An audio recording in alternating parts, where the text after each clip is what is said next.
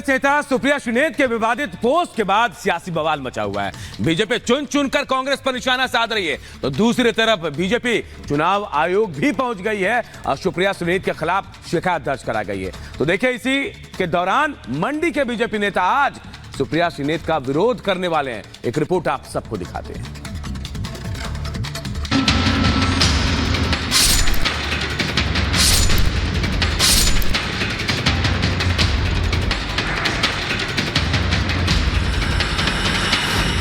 कांग्रेस का कंगना पर वार, मंडी पर सियासत आर पार। बीजेपी का बवाल, मानसिकता पर सवाल। जैसे जैसे लोकसभा चुनाव नजदीक आ रहे हैं, वैसे वैसे सियासी बयानबाजी भी तेज होती जा रही है। लेकिन कांग्रेस नेता बारी बारी अपने ही ओर से दिए गए बयानों में फंस रहे हैं। ऐसे में अब कांग्रेस के लिए उनकी एक गलती अब भारी पड़ गई है। कांग्रेस नेता सुप्रिया श्रीनेत के विवादित बयान ने अब एक नई सियासत छेड़ दी है। कंगना पर आपत्तिजनक टिप्पणी के बाद अब बीजेपी लगातार कांग्रेस पर हमलावर है। बीजेपी को मानो बैठे बिठाए एक मौका सा मिल गया हो।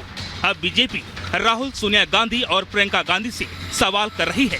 कांग्रेस अपने नेता की गलत बयानबाजी से एक बार फिर सियासी निशाने का शिकार हो गई है और ऐसे में कांग्रेस बैकफुट पर आती नजर आ रही है। तो वहीं बीजेपी इस मुद्दे को जोर शोर से उठा रही है और कांग्रेस नेता की मानसिकता पर ही बीजेपी नेता सवाल उठा रहे हैं। किसी भी महिला को अपमानित करना, उसके सेक्सुअलाइज करना, और खासकर सबसे ज्यादा जो मुझे दुख हुआ है वो जो मंडी जिसे छोटा काशी कहा जाता है, उसके बारे में इतनी भद्दी टिप्पणी, तो हम सब मंडी वासी जो हैं वो बहुत ही कष्ट हमें हुआ है इस चीज को लेकर। ये जो इतनी अभद्र टिप्पणी करी गई है इस देश की एक बेटी पर, एक महिला पे, इसके लिए कांग्रेस पार्टी को माफी मांगनी चाहिए। कांग्रेस पार्टी के शीर्ष नेतृत्व को माफी मांगनी चाहिए। ये दिखाता है कि कांग्रेस पार्टी की असल मानसिकता क्या है।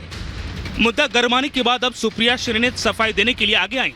सुप्रिया का कहना है कि उनका अकाउंट हैक हो गया था, जिसकी वजह से ये विवादित पोस्ट किया गया। मेरे फेसबुक और इंस्टाग्राम अकाउंट का एक्सेस कई लोगों के पास है।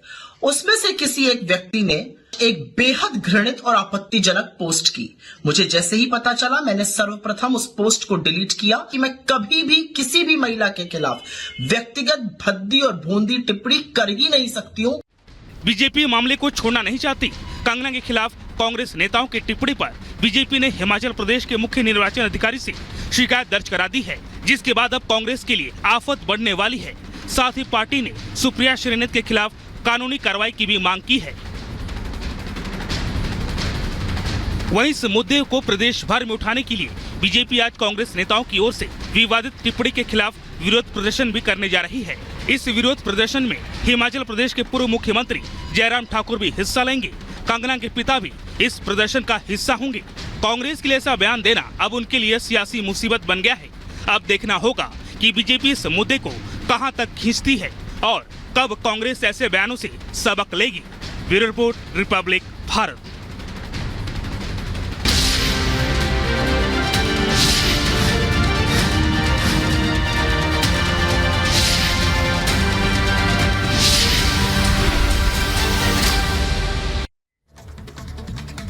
कहते हैं दिल्ली का रास्ता उत्तर प्रदेश से होकर गुजरता है और यही वजह है कि उत्तर प्रदेश की 80 सीटें जीतने का लक्ष्य लेकर बीजेपी आगे बढ़ रही है। और इस लक्ष्य को साधने के लिए उत्तर प्रदेश के मुख्यमंत्री योगी आदित्यनाथ खुद मैदान में उतरने वाले हैं। ताबड़तोड़ रैलियां करने वाले हैं योगी आदित्यनाथ। रिपोर्ट आप सबको दिखाते हैं।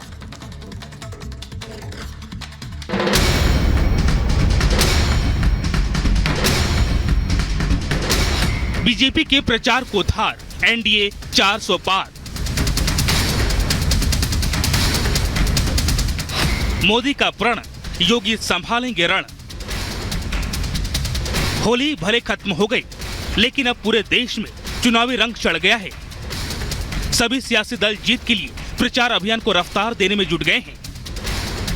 बीजेपी अपने स्टार प्रचारकों की लिस्ट जारी कर रही है। वहीं उत्तर प्रदेश के मुख्यमंत्री योगी आदित्यनाथ खुद प्रचार की कमान संभाल रहे हैं।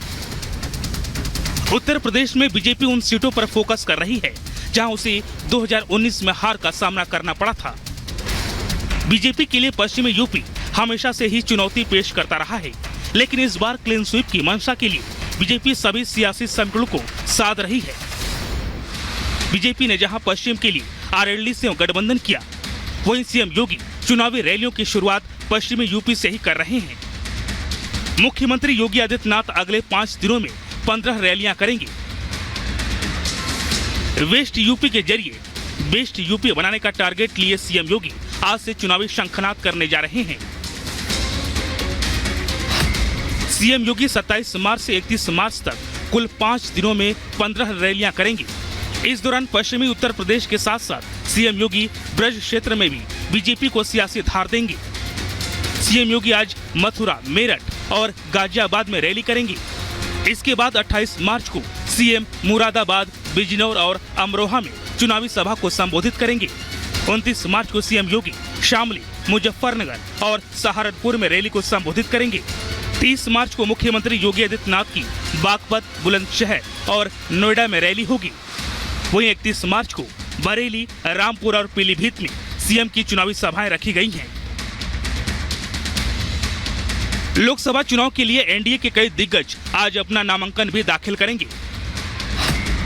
दिग्गज प्रत्याशियों की बात करें तो पीलीभीत लोकसभा क्षेत्र से जितिन प्रसाद नॉमिनेशन फाइल करेंगे। बिजनौर से आरएलडी के प्रत्याशी चंदन चौहान नामांकन भरेंगे। नगीना लोकसभा सीट पर बीजेपी के ओम कुमार, सहारनपुर सीट से बीजेपी के राघव लखनपाल, कैराना से बीजेपी के प्रदीप चौधरी, रामपुर से घनश्याम लोधी नामांकन दाखिल करेंगे। यूपी के पहले चरण में जिन 8 सीटों पर चुनाव है, 2014 के लोकसभा चुनाव में बीजेपी इन सभी सीट पर जीत हासिल की थी, जबकि 2019 के चुनाव में उसे 5 सीटों का नुकसान उठाना पड़ा था। इस बार बीजेपी को आरएलडी का साथ मिला है। ऐसे में बीजेपी 2014 वाली जीत को दोहराने की कोशिश में जुटी हुई है। वहीं बिखरे हुए विपक्ष बीजेपी को कोई मौका नहीं देना चाहती है। यही वजह है कि सीएम योगी 5 दिन में तूफानी रैलियों के जरिए अपने प्रत्याशियों की जीत को सुनिश्चित करेंगे। Bureau report, Republic Bharat.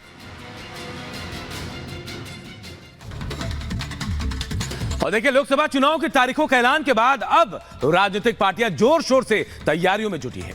एक तरफ उम्मीदवारों के नामों का ऐलान किया जा रहा है, तो दूसरी तरफ चुनाव प्रचार की तैयारियां भी तेज है। और इसी कड़ी में प्रधानमंत्री नरेंद्र मोदी की पहली चुनावी रैली मेरठ में होगी। पीएम मोदी मेरठ में 30 मार्च को बीजेपी उम्मीदवार अरुण गोविल के लिए प्रचार करेंगे। इस दौरान राष्ट्रीय लोकदल के राष्ट्रीय अध्यक्ष जयंत चौधरी भी मंच साझा करेंगे। एक रिपोर्ट आप सबको दिखाते हैं।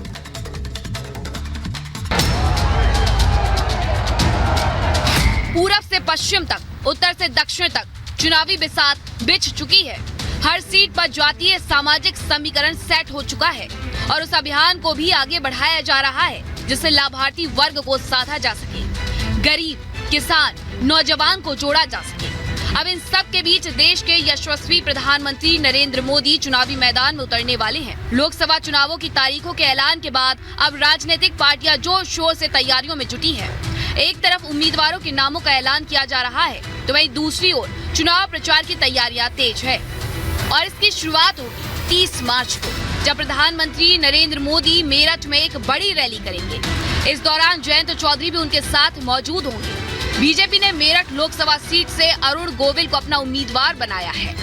लोकसभा चुनाव को लेकर बीजेपी कोई कोर कसर नहीं छोड़ना चाहती है।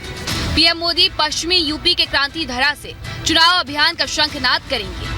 वहीं बीजेपी के नेता पीएम मोदी की रैली को लेकर तैयारियों में जुट गए हैं। पीएम मोदी अपनी रैली से पश्चिमी यूपी में सियासी तापमान बढ़ाएंगे।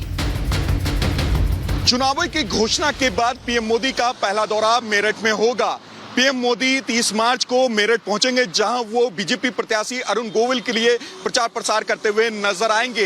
हालांकि इस दौरान पीएम मोदी के साथ मंच साझा करते हुए राष्ट्रीय लोकदल के अध्यक्ष जयंत चौधरी भी नजर आएंगे। अब इस प्रचार प्रसार से बीजेपी को कितना फायदा होगा, वो देखने वाली बात होगी।